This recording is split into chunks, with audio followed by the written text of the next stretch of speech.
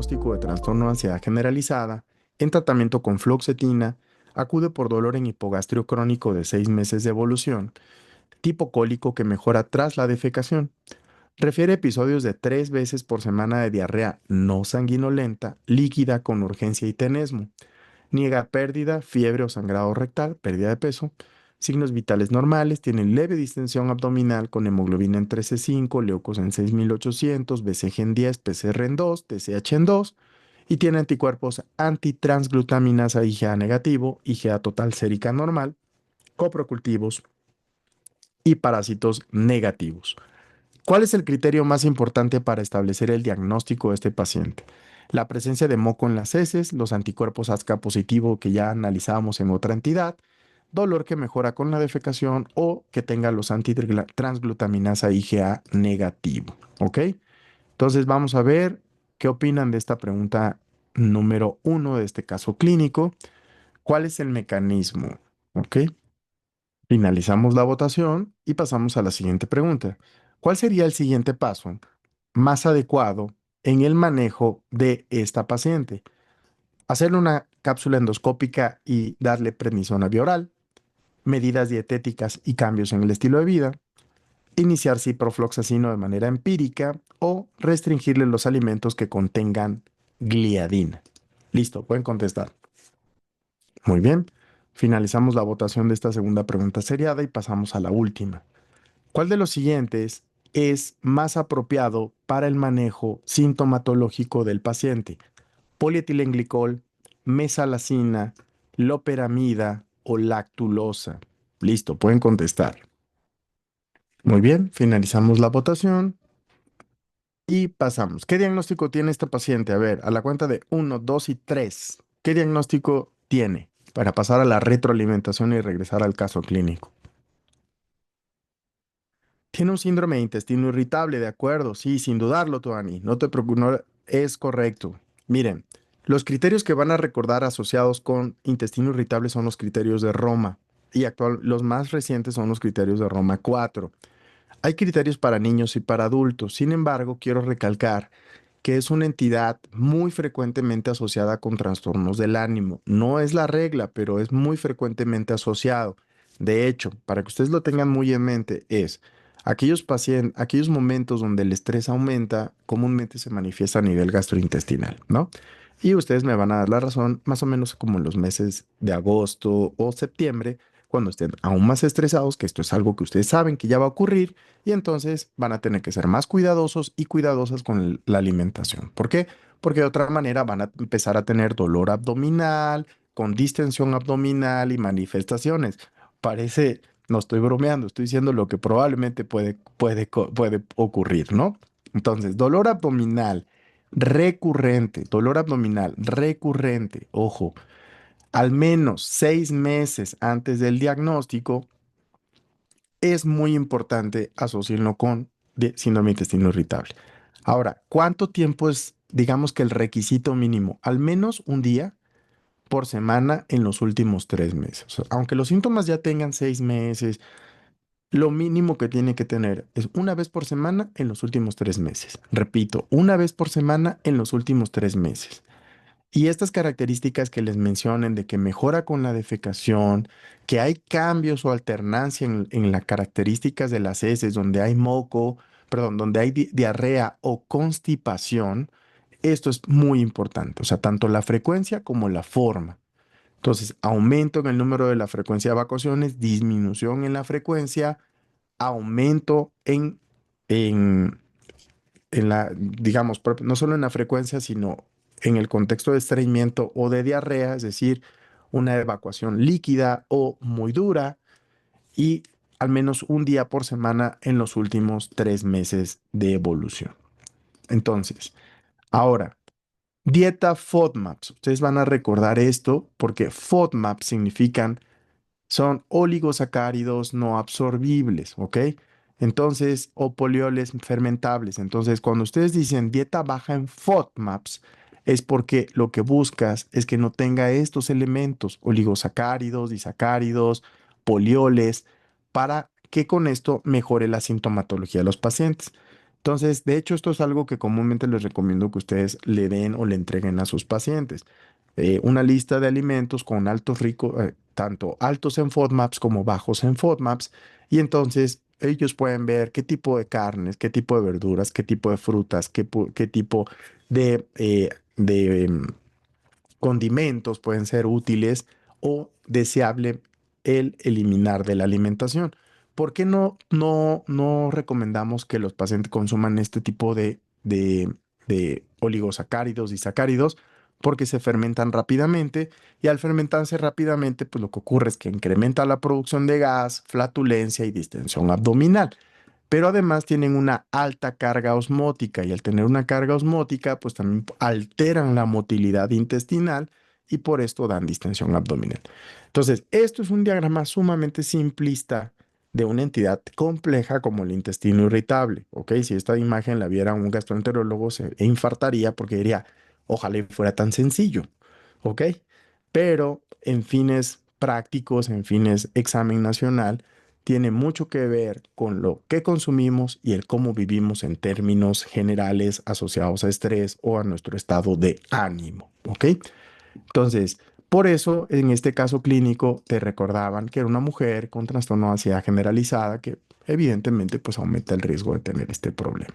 Ahora, el tratamiento lo vamos a dicotomizar en dos grandes eh, opciones. Una, la opción de no fármacos y los fármacos.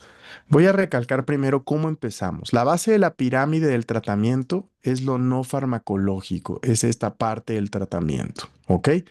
Y lo no farmacológico puede ser con terapia cognitivo-conductual y pues con el cuidado de la alimentación que ya dijimos, retirar alimentos con alto contenido en FODMAPs, ¿ok?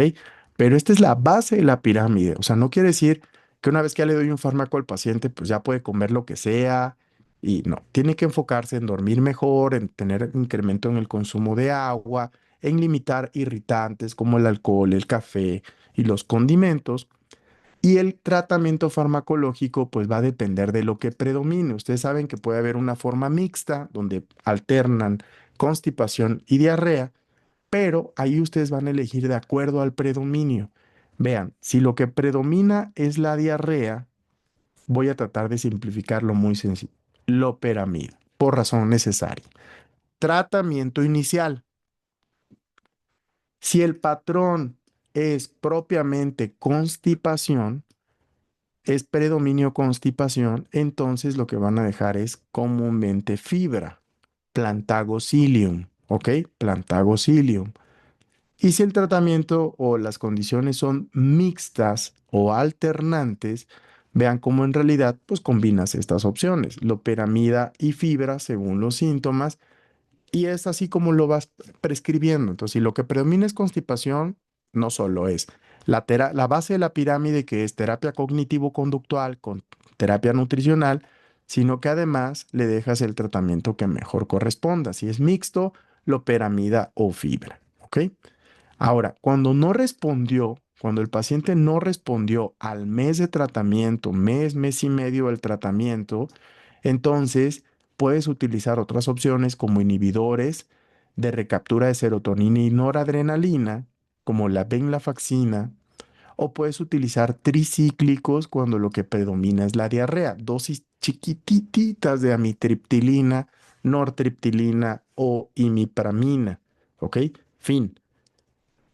¿Ok? Si el paciente, a pesar de que ya le diste inhibidor selectivo de recaptura de noradrenalina y serotonina y no jaló o no mejoró con la mitriptilina, pues es criterio de referencia. ¿Ok? Muy bien. Entonces, ya recalqué terapia cognitiva conductual y terapia nutricional como base del tratamiento, que es la terapia no farmacológica. Y la terapia farmacológica va a ser de acuerdo a la presencia de síntomas diarrea, entonces le vas a dar loperamida, constipación, dale fibra. Y si el paciente tiene síntomas alternativos, pues vas cambiando de acuerdo a lo que predomine. ¿Ok? Entonces, vamos a ver en este caso, dice, ¿cuál es el criterio más importante en esta mujer? Que cuando analizamos nuevamente qué es lo que me llevó al diagnóstico, pues lo primero es que es una mujer joven, bueno, una mujer adulta de 45 años que tiene ansiedad generalizada y de hecho está en tratamiento con fluoxetina, ya es un inhibidor selectivo de recaptura de serotonina, y acude por un cuadro crónico. Habíamos dicho que son 6 meses de evolución, pero tiene que tener el criterio de al menos una vez por semana en los últimos 3 meses. Al menos una vez por semana en los últimos 3 meses. ¿Ok? Ahora, ¿por qué acude? Pues precisamente por dolor, tipo cólico en hipogastrio. Y aquí viene el dato clave. Mejora con la defecación. Mejora tras la defecación. Ahora, ¿qué es importante recalcar? No tiene datos de alarma y además razonablemente ya le descartaron enfermedades graves. Vean, no tiene anemia, eso está bien. No tiene leucopenia ni leucocitosis. La BCG es normal. La PCR es normal. Las pruebas de función tiroidea son normales.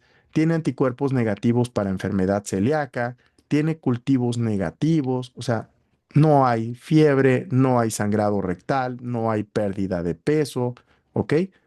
Entonces, lo que está predominando definitivamente es un cuadro de dolor con episodios de diarrea. Este es el motivo por el cual lo estás evaluando. Entonces, en el sentido de lo que predomina es la diarrea, pues el tratamiento ideal sería darle un tratamiento con loperamida. Ahora, recuerden que la presencia de moco en las heces o sangre lo que habla es de una diarrea inflamatoria. Y las diarreas inflamatorias en el contexto agudo tienen que pensar en Shigella, Campylobacter, Yersinia, en E. coli enteroinvasiva. Y en el contexto crónico de más de 4 semanas, piensen en enfermedades inflamatorias intestinales. ¿Ok? Ahora, si les digo que tiene ASCA positivo, a ver si alguien se acuerda y me puso atención. ¿Qué enfermedad se asocia con ASCA positivo? ¿Qué enfermedad, que de hecho fue uno de los retros de los primeros casos? Es correcto, Carlos. Enfermedad de Crohn, mientras que los PACA eran de CUSI. Y los antitransglutaminasa, esto iría pensando en enfermedad celíaca, que con qué se asociaba en la piel. ¿Con qué manifestación? Vesículas pruriginosas, altamente pruriginosas en superficies extensoras, con dermatitis herpetiforme. Muy bien, si estaban poniendo atención. Entonces, el hecho de que mejore con la defecación habla o sugiere síndrome de intestino irritable. ¿Ok? Síndrome de intestino irritable. Ahora, vámonos con la siguiente. Bueno, veamos cómo contestaron. Esta pregunta probablemente no fue tan compleja como algunos casos, pero aún así quedó en un 67% de respuestas correctas. Después viene la pregunta número 14 que dice, ¿cuál era el siguiente paso en el manejo de este paciente? Y el paso siguiente de este caso era las medidas dietéticas y cambios en el estilo de vida, definitivamente, la terapia cognitiva conductual, la limitación de los alimentos ricos en FODMAPs. Lo de la cápsula endoscópica e iniciar prednisona, pues sería algo de abordaje diagnóstico, por ejemplo, ante un escenario de una diarrea inflamatoria crónica, es decir, ante una sospecha de una enfermedad inflamatoria intestinal, que quiero evaluar el intestino medio, el estómago, el esófago, el colon, y por eso le voy a pedir una cápsula endoscópica. Pero la verdad es que esto sería útil para un paciente con una sospecha de enfermedad inflamatoria intestinal. Ahora, iniciar ciprofloxacino. Decíamos que cipro es el tratamiento para condiciones como Shigella, pero este paciente no tiene una semana ni 3 días de evolución, tampoco tiene moco ni sangre, es un cuadro crónico sin inflamación. Por lo tanto, no está justificado. Y la restricción de alimentos con gliadina, pues sería el manejo para una enfermedad celíaca. ¿Qué porcentaje del grupo contestó correctamente esta segunda pregunta del caso clínico? Era un 68% también. Y finalmente el tratamiento farmacológico, el polietilenglicol sería útil si lo que tendría fuera constipación. La mesalazina sería un tratamiento para síndrome de enfermedad inflamatoria intestinal, que es un aminosalicilato que se asocia con nefritis tubulointersticial, como lo veíamos hace un tiempo. Esto sería bueno para cuando el paciente tiene constipación, pero recuerden que la lactulosa da efecto adverso de flatulencia, bueno, de distensión abdominal. Entonces tampoco sería la mejor opción ante un paciente que de por sí tiene dolor y distensión. Y el polietilenglicol sería también ante un predominio de constipación y el síndrome de intestino irritable con predominio de diarrea, pues finalmente se trata con loperamida, que contestó el 41% del grupo. Vean, en realidad en este último caso la respuesta más común fue mesalazina. pero la mesalazina se utiliza ¿para qué? Para enfermedad inflamatoria intestinal, ¿ok? Entonces, no para intestino irritable, ¿ok? Entonces, dudas, preguntas en relación a este caso clínico, ¿qué opinan? ¿Les pareció útil? Es una entidad mucho más bueno, menos compleja que algunos de los otros casos que hemos visto, o la complejidad fue menor, pero no necesariamente la fisiopatología es tan sencilla como la simplificamos comúnmente, ¿ok?